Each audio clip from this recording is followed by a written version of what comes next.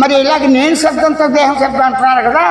మా బొట్టు సామాన్యులు నేను దేహాన్ని అనే భావన చేయకుండానే దేహంతోనే దేహస్ఫురణతోనే దేహం అని అనుకోకుండానే నేను అనుకోకుండానే నాకు శివనామం ఇష్టం, కృష్ణనామం ఇష్టం, దేవుడు ఉన్నాడు, నేను ఆస్తికుణ్ణి, నేను ఆస్తికుణ్ణి, నేను సాంఖ్యుణ్ణి, నాకు జ్యోతి కనబడుతుంది, వెలుతురుగంతో ఉంది, పంచభూతాలు కనబడుతున్నాయి అని రకరకాల శబ్దాలతో రకరకాల వాళ్ళు అనుకుంటున్నారు కదా. ఆ శబ్దాలతో స్వానుభవంలో ఆత్మ సాక్షాత్కారం అదే అని మీరు చెప్పగలరా అంటే ఖచ్చితంగా చెప్తా. ఎలాగా? ఇక్కడ శబ్దనామాలు మారినాయి అంతే కదా. నేను దేహాన్ని అంటే రూపనామాలు చూస్తున్నాయిగా. రూపనామాలతో దేహం ఎలాగుంది?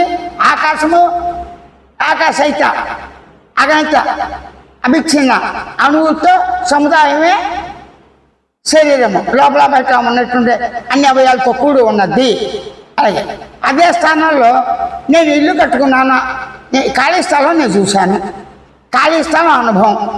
ఖాళీగా ఉన్నదనే శబ్దంతో ఖాళీ స్థలాన్ని అక్కడ ఏ చెట్టు లేకుండా ఉన్నదాన్ని ఖాళీ స్థలం అంటారు.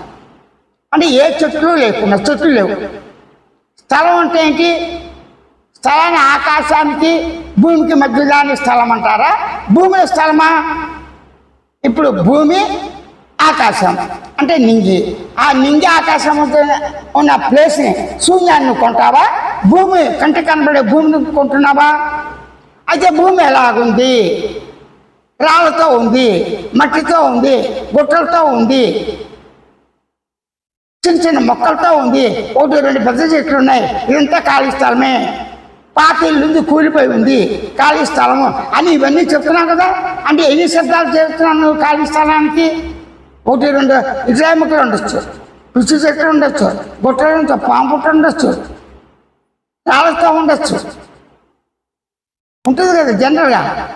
అంటే ఇవన్నీతో భూమి అనేటువంటి పదార్థం, భూమి అనే ఖాళీ స్థలం ఉంది.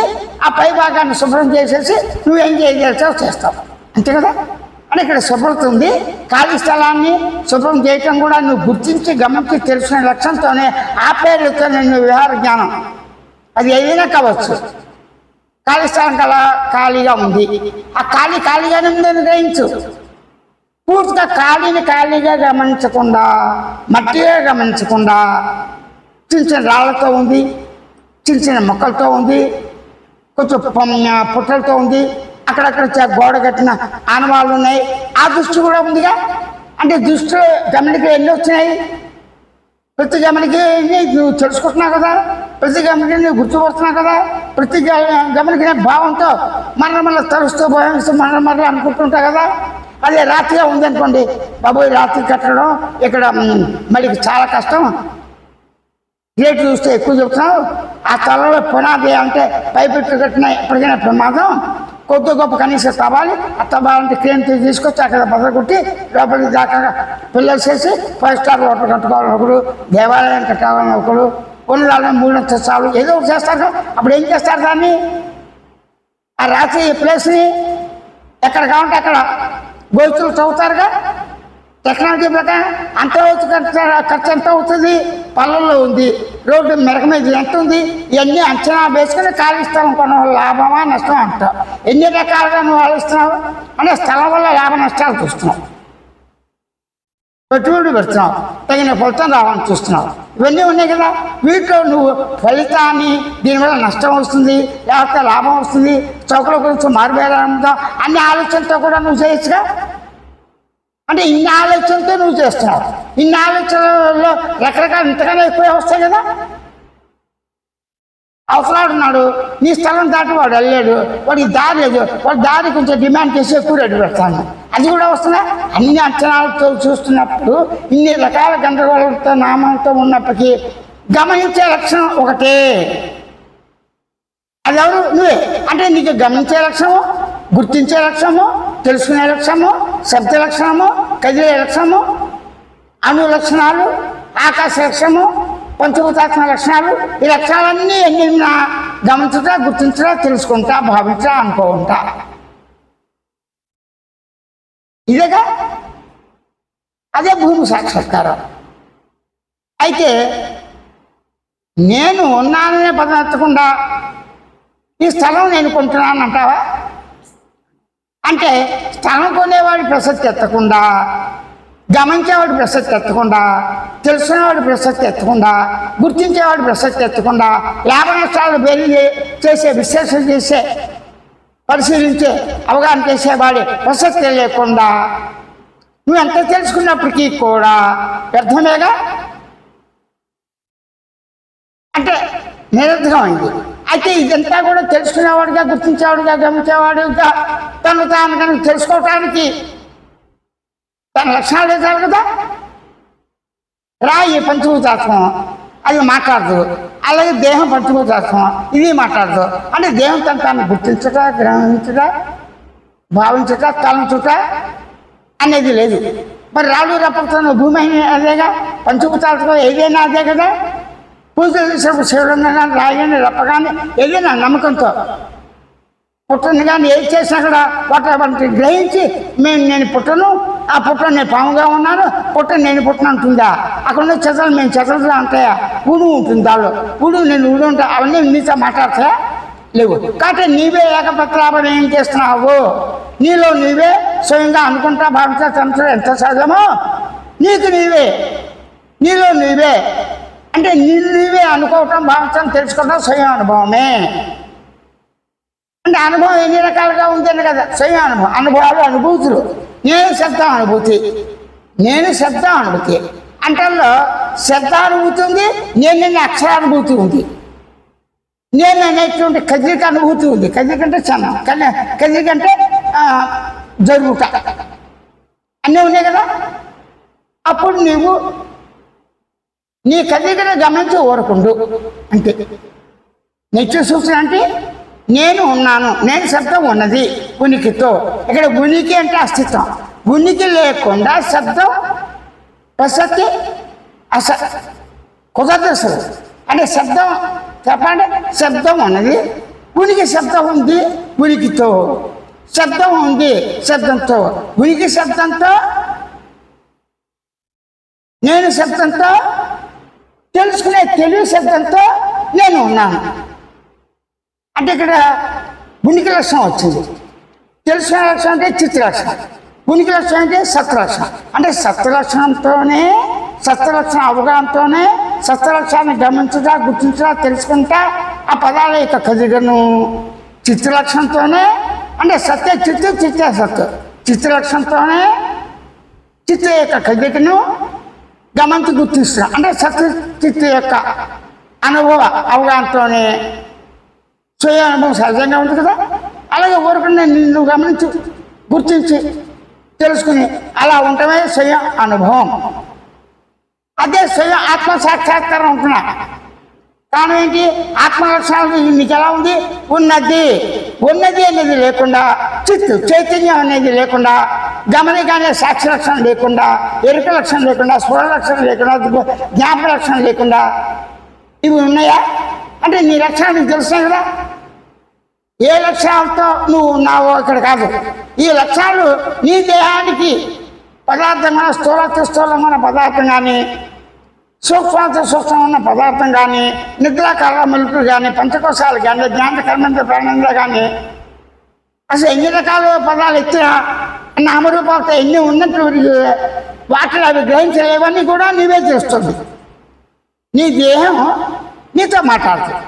నీ దేహం మాట్లాడుతాన్ని నేను దేహం ఉంటాను, నా దేహంతో నేను ఉన్నానంటే నువ్వే మాట్లాడుతున్నావు.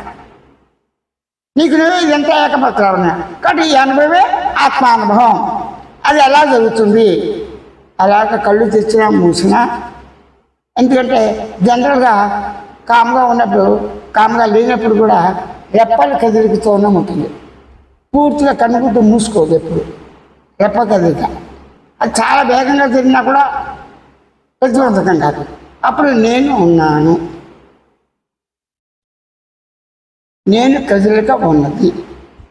నేను కదిలికని గమనించుట, గుర్తించుట, తెలుసుకుంటా, అనుకుంటా, భావించుట, తలంచుట అనుభవం కదా, కొత్తగా లేదు కదా. నేను కదిలిక ఏంటి? చలనం. చలనం ఎప్పుడు ఉంది. ఆ చలనం ఎలా ఉంది? ఉనికితో. ఉనికి చెల్లించదు, తను తాను గుర్తించదు, గమనించదు, తెలుసుకోవచ్చు. ఉనికి సత్ పదార్థం అంటే సత్య పదార్థము, సత్యతత్వం ఎలా ఉంది? చైతన్యంతో, చిత్తుతో, ఎరుకతో, తెలుసుకునే జ్ఞానంతో ఉంది. అంటే తెలుసుకునే జ్ఞానమే చిత్తు, స్వే చిత్తు, గుర్తించడమే చిత్తు. అంటే సత్వ అవగాహనని చిత్తు భావంతో, జ్ఞానంతో గమనించి గుర్తించి తెలుసుకుని ఊరకం ఉన్నావు. అలాగే ఉండు. స్వయం ప్రబోధ సూచనతో నిర్గుణ చైతన్య సూచించారు. ఇక్కడ సూచన అంటే ఏంటి? ఏదో అలా వంకరగా ఎందుకు కూర్చున్నావు అంటే వంకరని నేను చూశాను, నువ్వు వంకరగా కూర్చోబట్టి అనీజీగా ఉంది. అంటే నీకు కూర్చోవటం లావు వల్ల కావచ్చు, వేరే నొప్పుల వల్ల అనీజీ అయినా కూర్చొని ప్రశ్నించాను. ఆ అనీజీ కనిపెట్టేదా సరిగా లేదా అంతకైతే కుర్చీలో కూర్చో అంట. అంటే నీకు ఎదురుగా నాకు అనుభవం కదా. అయితే లోపల బాత్తోనా ఉండగలుగుతావా లేదు అనేది కూడా కొంత గొప్ప తెలుస్తుంది. అవన్నీ నువ్వు సూచించినప్పుడు నీవే సూచన జరిగింది. అంటే గుర్తించాలి, ఇలా కూర్చొని నెప్పిగా ఉంటుంది, అట్లా కొంచెం ఇది ఉంటుంది, అనీజీగా ఉంటుంది అని సర్దుకోవటం ఉంటారు చాలామంది. ఆ సర్దుకోవటం నీకు నువ్వే స్వయంగా చేస్తావు. నేను చెప్పాలా అక్కర్లేదుగా. అంటే నువ్వు నీ లక్ష్యాలని గుర్తించడం, గమనించడం, సూచించడం స్వయం సూచిస్తూనే, స్వయం బోధతోనే, స్వయం ప్రబోధంతోనే ఉనికి అవగాహన, చిత్త అవగాహన నీకుంది కదా. అలాగే ఉంది. అప్పుడు హాయి అవగాహన కూడా ఉంటుంది. అంటే ఆనంద అవగాహన, ఉనికి అవగాహన, చిత్త అవగాహన, మూడు అవగాహన లేవు ఇక్కడ. సత్తు చిత్త ఆనందము లక్షణం, స్వభావం. సత్య చిత్తు, చిత్త సత్తు, సత్చిత్రే ఆనందం. మరి సైన్యంతో ఉందా లేదా, మౌనం ఉందా లేదా సూచన చేస్తున్నాం. మౌనంగా ఉంది అంటే పరిపూర్ణ మౌనంగా, పరిపూర్ణ మౌనంగా. ఉనికితో పరిపూర్ణప్పుడు ఒక ఉనికి, ఉనికితో మౌనప్పుడు రెండో ఉనికి, ఉనికితో ఉనికి ఉందన్నప్పుడు ఒక ఉనికి, ఉనికితో చిత్తు ఉందన్నప్పుడు అన్నికి, ఉనికితో ఆనందంలో ఉనికి. ఉనికి లేవు కదా. ఓకే, ఆ ఒకటి ఎలా ఉంది? సకాంత పరిపూర్ణ మౌనంగా ఉన్నది. ఎక్కడికెళ్తుంది? ఇదే పదార్థం. ఉనికి ఉండటం, ఉనికికి అగమ్య కోసం. ఉనికి ఉన్నదని ఉనికి శబ్దంతో, శబ్దం తెలుగు భావంతో గుర్తించదు. అంటే శబ్దానికి తెలివి లేదు. తెలివి శబ్దంలో తెలివి ఉంది కాబట్టి, అంటే తెలివితో, అంటే చిత్తుతో, అనుభవంతో తెలుసుకుంటా, గుర్తించరా, భావించరా, పదాలు పెట్టుకోవడం, చదివడం అన్నీ ఉన్నాయి. అది నీ లక్షణాలు. నీ లక్షణాలతో అలా ఉంటే ఎలా ఉంది? హాయిగా ఉన్నది, అనుభవంగా ఉన్నది, ఉనికిగా ఉన్నది, మౌనంగా ఉంది, పరిపూర్ణంగా ఉంది. ఇక్కడ అనవసర ప్రసక్తి ఏమైనా ఉందా? దేహంగా ఉంది, ఇలా ఉంది, అలా ఉంది, ఇది భారమైపోయింది, ఇది తప్పించుకోవాలి, భక్తి కర్మ జ్ఞానాలు చేయాలి, చేయకూడదు, ఈ ప్రసక్తులు ఎన్ని ఉన్నా లేకపోయినా అక్కడ ప్రసక్తికే అవకాశం లేదు.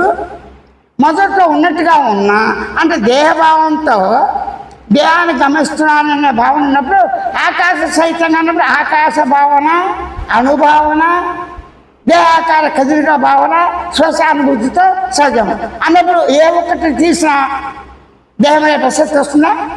రాదు కదా. అన్ని లక్షణాలతో తాంది.